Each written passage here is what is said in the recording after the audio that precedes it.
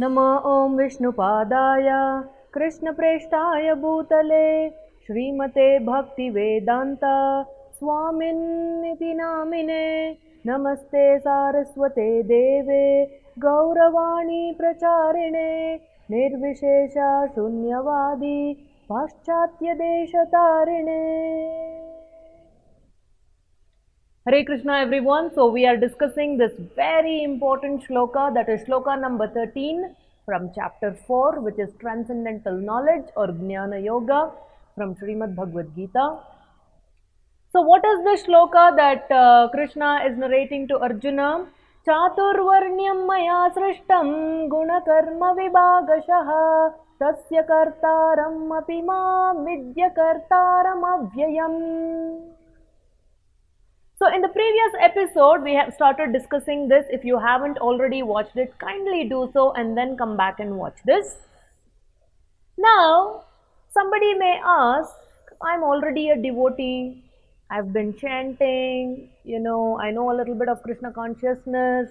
Or there may be other people who have no idea about Krishna consciousness. They may not be a devotee. They may just be a materialist going about their daily duties.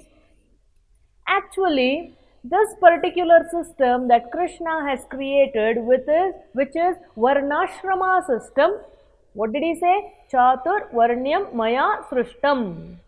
Krishna is saying, I have created this. Now, why did Krishna create this system? What is the need for it? What is the purpose? The Lord does not do anything without a good reason behind it.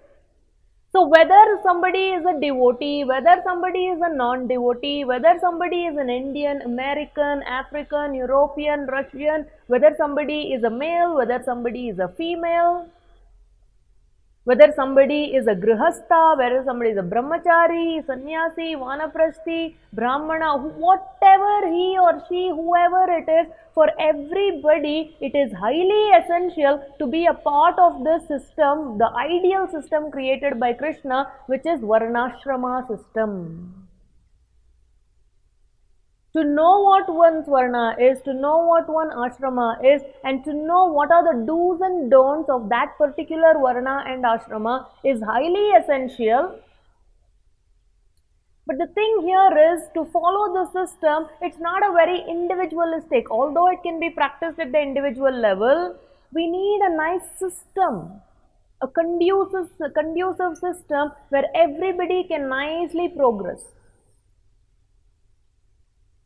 So let us draw some comparisons between Krishna's ideal Varnashrama system, which is the Vedic system, which is a spiritual system, which is the Vaikuntha culture, versus the man-made, quote-unquote, modern system, scientific system, materialistic system.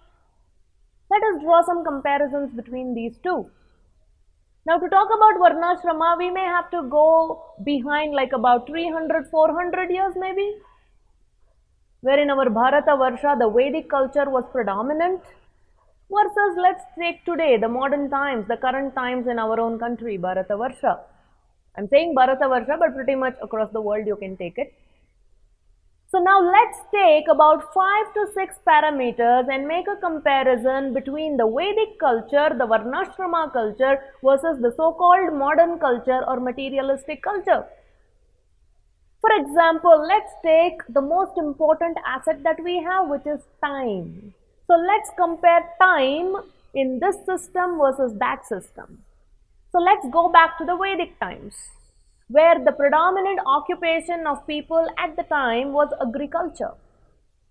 Now, talking about agriculture, on an average, any farmer would take about 2 harvests in a year, maybe max to max 3 harvests. Now, going by the average number, which is 2 harvests in a year, each harvest may take him anywhere between 3 to 4 months. Now, in that 3 months, for him, the busiest period is the first 15 days and the last 15 days. The first 15 days for tilling the land, sowing and all that, and the last 15 days for reaping the harvest. So during the busiest time of his harvest, the first 15 days and the last 15 days combined put together a month, he may be working anywhere between 7 to 8 hours in a day. And the rest of the 2 months during that 3 months, cycle, maybe max to max 3 hours, 3.5 hours, going to the field, making sure there is enough water, there are no weeds, the canals are all properly not blocked or something. 3 to 4 hours. So like this, 2 cycles, 3 months, 3 months, 6 months, and the remaining 5 to 6 months, the important asset time is very much available to him. And not only during that, even during these 6 months of harvest, the agricultural cycle, still only about 1/3 he is very busy, and the 2/3 he still has plenty of time. And what about the commute? He does not have to go far away, somewhere 1-2 hours away. No, his field will be quite close to his home. So ample time is available for him to practice Krishna consciousness. Now compare that to the modern times where most of us are professionals. Forget about even before you go to the office, you have to sit in the traffic for 1.5, 2 hours, at least 1 hour. And again come back sitting in the traffic 1 to 2 hours, and then work a minimum of 10 hours, a minimum. Some of you may be thinking, Mataji, are you kidding? 10 hours? It's more like 12 hours, 14 hours. Slogging away at work. And how much time off do you get? Maybe 5 days sick leave and another 5 days of some other leave. All put together, maybe you'll get some, a dozen, 1.5 dozen number of days for leave. So now who has time to practice Krishna consciousness? No wonder that when we tell our people, why don't you chant Hare Krishna? They say, I don't have time. And they're not lying. What they're saying is true. Because they are caught up in the system. They're busy. Like Prabhupada said, no time is the disease of the modern man.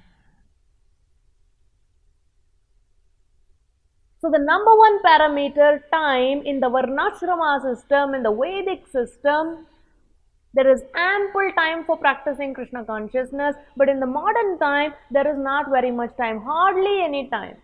In fact, a poor fellow, if he makes time for his family and just gets some relaxation time, that itself is a big achievement. So in this video, we have just compared one parameter, and that is time. I want to talk about education, I want to talk about unemployment, I want to talk about relationships, I want to talk about health and medication, I want to talk about comfort. Let's take parameter after parameter and make this comparison and see which system thrives.